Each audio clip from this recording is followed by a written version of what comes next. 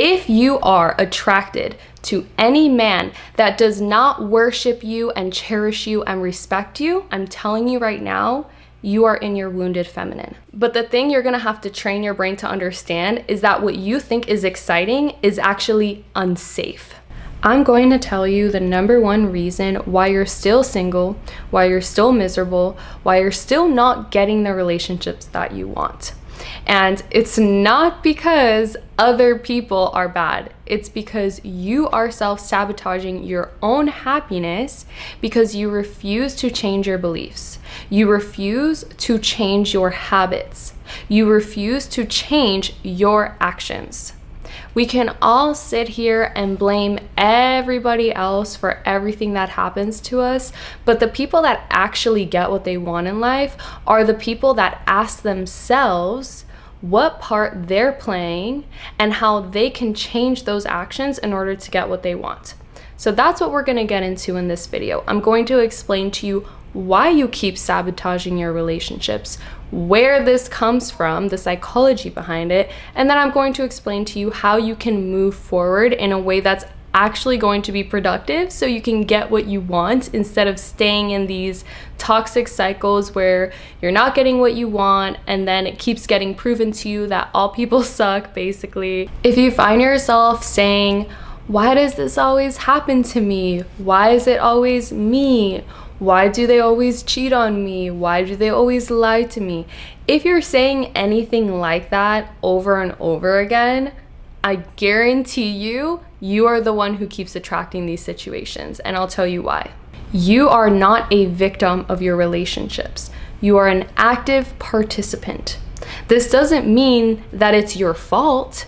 It just means that there's steps that you can take to avoid these situations. And this is how lucky people avoid these negative situations and always have the right people come into their lives. You need to reset your energy.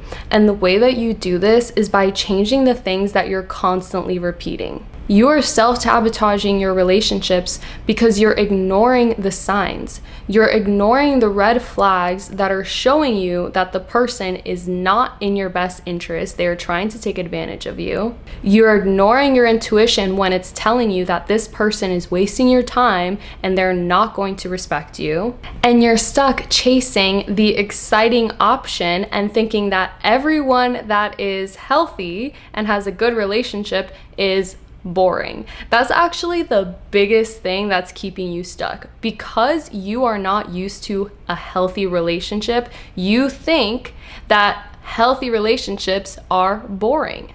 Now, obviously, you don't think that you think that, right? In your mind, you think, no, I'm attracted to healthy people. Of course I want a healthy relationship. Of course I don't want a toxic relationship. But you associate toxic with excitement. And so that is why you've probably been in this situation where you find someone that basically has all the qualities that you've said that you wanted, but then for whatever reason, you just don't feel that spark. I'm telling you, your nervous system is not used to safety. All right, the spark that you're looking for, it's not what you think it is because you're so used to these toxic traits and you're so used to unhealthy attachments and people who take advantage of you and love bomb you and then take away their energy and gaslight you and make you feel like you're not good enough. That to you is exciting, right? Think about it like this. What does your home feel like? Do you want your home to be exciting? Do you want it to be like, oh, I don't know if this house is gonna blow up today or not. We'll see. Super exciting. Thrill seeker. Love it. No, you want your home to be boring because boring is safe. You want to know that every time you come home, everything is going to be the way that you left it. Everything is going to be safe. Nothing is going to be blowing up. Nothing is going to be breaking. You want to be able to rely on the fact that your home is going to be consistently there for you. It's the same thing with a healthy relationship. In a healthy relationship, it can be kind of boring because you know what to expect. You know that you can trust this person. You know this person isn't going to surprise you with some crazy thing that's going to hurt your feelings. You know that you can communicate with this person. You know that you can come to an understanding with this person. You know that you can express yourself and this person is not just going to randomly leave you. So it's not necessarily exciting, right? But the thing you're going to have to train your brain to understand is that what you think is exciting is actually unsafe. To a normal, healthy person, exciting means something completely differently, which is why it's hard to use these words like boring, exciting, healthy, unhealthy, because truly it means something different to everyone. So going into a relationship shouldn't feel like you're taking a big risk. It shouldn't feel like, oh my God, I could get my heart broken. I could not get my heart broken. Who knows? It's like you're coming home like, oh, my apartment could like get torn down and burst into flames. Who knows? Like, how exciting. No, that's not normal. You know, you don't want to feel like you don't know what's going to happen. In a normal, healthy relationship, you know what to expect. Now, obviously, this doesn't mean that people don't grow apart. It doesn't mean that you still may not get your heart broken. It doesn't mean that someone still may not do something to hurt you, right? But the chances of this happening are so much lower.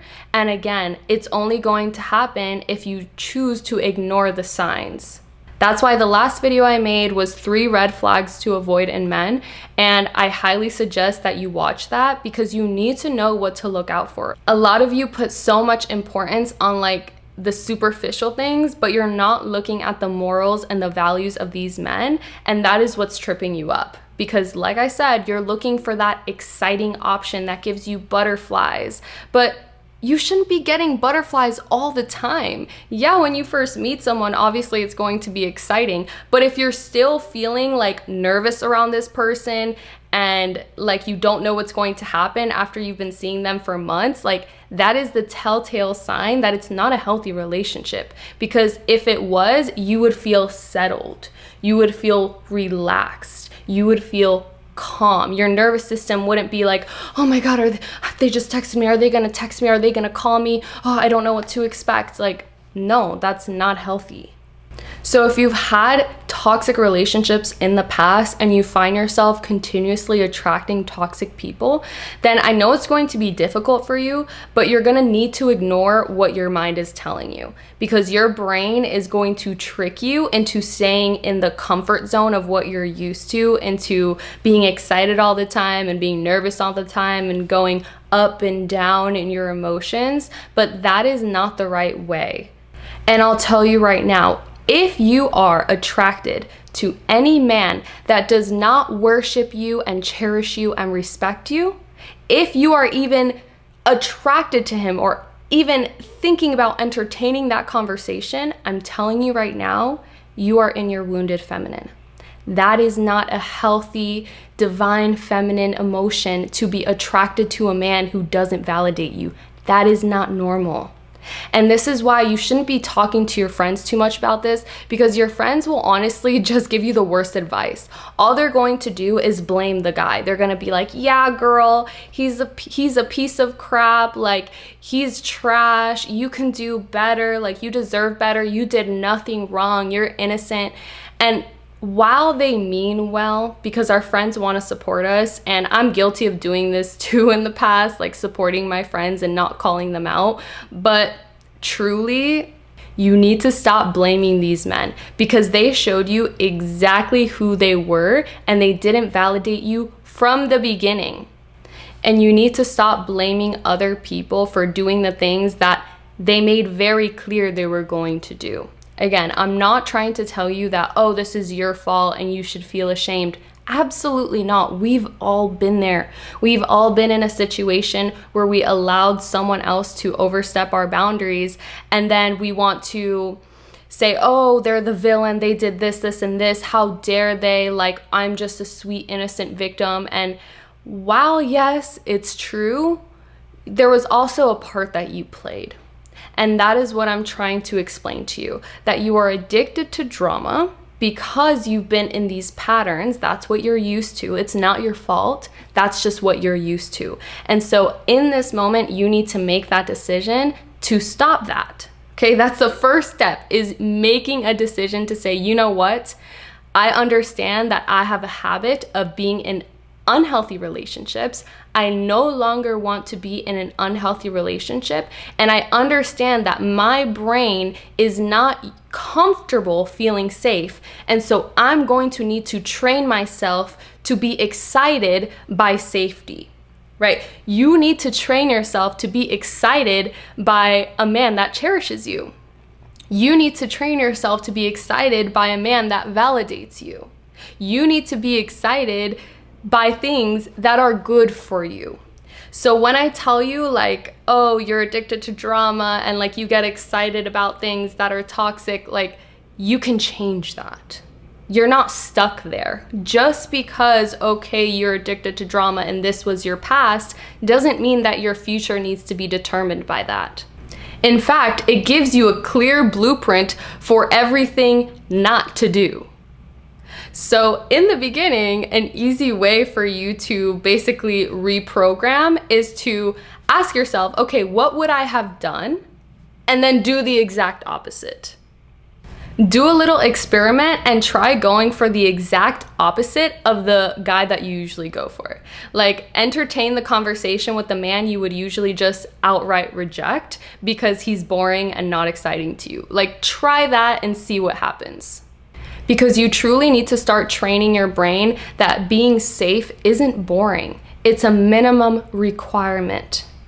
You can create that excitement for your life. I don't want you to think that just because you're in a boring, healthy relationship that it can't be exciting. You can still be excited. You could still have spontaneous moments, but you'll be in an environment where you feel safe. So yeah, you are going to have to let go of the expectation that you're gonna have the same elevated emotions that you get when you're in a toxic relationship, because it's not real, right? You go to a point that's so low that then when you go all the way back up again, when the person actually validates you, even though they've been like taking away their attention and now they're giving you attention, and you feel so high, like, oh my gosh, I feel so elevated, I feel so much excitement, I feel so much thrill. But then guess what? It's temporary. And then as soon as that person removes their validation, back down you go to the pits of your depression where you feel worthless and you feel like nothing is going in your favor. So that's the difference between a toxic relationship and a healthy relationship. Because in a healthy relationship, there's no like huge ups and downs. It's more so like you're at a baseline level of comfort and peace. And then in intentional moments, you feel more excited. Maybe when you have disagreements, you feel a little bit annoyed, but you're not gonna have those huge ups and downs in your relationship. And that is what keeps people stuck, because they wanna go to the healthy relationship and they wanna have these like huge ups, but then they don't wanna ever come back down again. And you can't get that from a normal relationship, right? The further you go up, the further you'll come down. So you need to be comfortable with being stable. And you cannot keep blaming toxic people for doing the things that toxic people do, okay? You need to start taking responsibility for your actions. You need to start making better decisions for yourself. So I know I told you I was gonna tell you how you're actually going to move forward and make better decisions, so let's get into it. What you're going to do is you're gonna take out a piece of paper, or you're gonna go in the notes on your phone, whatever you want. You're gonna write out the qualities that are important to you in a partner. Yes, you're gonna address the physical qualities, but don't make it all physical, okay? Don't make it all about how much money he makes and how tall he is and how big his you know what is. Like, yes, those are important, and yes, you're gonna get to have that too, but make sure to focus on overall values, like his relationship with his family, how he treats women, how he treats children, how he treats you, how he treats his own career, right? How ambitious he is, how he handles conflict. Like, you wanna be very specific with these qualities, and go ahead and get creative, use your imagination, because you want to start imagining yourself interacting with this person. Right now, you only know how to interact with toxic people. So you need to start rehearsing in your mind how to interact with healthy people, right? Because when you watch TV, when you watch movies, when you watch reality shows, a lot of these things are showing you unhealthy examples, but you don't have a lot of positive examples, right? Especially if you grew up in a household where your parents didn't necessarily get along. Maybe they got divorced, maybe they were never together, or maybe they were together but they just were always fighting and just not having a good relationship, and maybe that affected you and you feel like you don't have those positive examples, right? Well, guess what? You don't need a positive example. All you need to do is use your imagination and use your common sense and go based off of those qualities and imagine yourself interacting with this person. Imagine how this person would treat you. Imagine how this person would respond to you. Imagine how you would respond to this person. If they do something that you don't like, are you going to play those toxic games and ghost them and what? No, you're going to say, hey, I didn't like that. That didn't resonate with me. Can you do this instead? You're going to communicate clearly because you're in a safe environment. You're not in this toxic mess, okay? Communication is something that's very, very important, and a lot of people overcomplicate it a lot. So let me know in the comments if you have any questions in terms of communication, because I definitely want to talk about that more because it's so underrated, like how much improving your communication can change your life. So once you understand who you're looking for and you have like kind of rehearsed in your mind how you're interacting with this person, that's going to give you a real image of who you're actually looking for. So now when you're dating and when you're interacting with people, you are only going to entertain conversations with the people that fit your list. So I don't care if this person is boring to you. I don't care if you don't have a spark, you don't have passion. You will be able to build passion with someone as you get to know them and as you build that relationship. So not every person you meet, just because they fit your requirements, it doesn't mean you need to be in a relationship with them. It simply means that these are the only people that you're even going to entertain in conversations. And when you're getting to know someone, when you're going out on these dates, you are getting to know them to see if they align with your values. Don't worry about having a spark, because that can always be changed. We can change our minds. We can change our emotions. We can change how we feel about things. We can change how we feel about people. There's been women that come to me and say, hey, like, I don't have a spark with my man. Like, it's just boring, but I feel so safe and comfortable. Like, what do I do? And I take them through the steps of reprogramming what they consider to be exciting. And then next thing you know, the passion is back. Like, these are things you can change about yourself. These are things that you can reprogram yourself to feel. So you always want to be making the decisions that align with your best interests. As for how you feel in that very moment, don't be so concerned about that, because you can change that over time. Because if you're addicted to toxic relationships and that's what excites you because that's what you're used to, then how can you expect to ever be able to have a healthy relationship if you just go based off of how you feel? You know what I mean?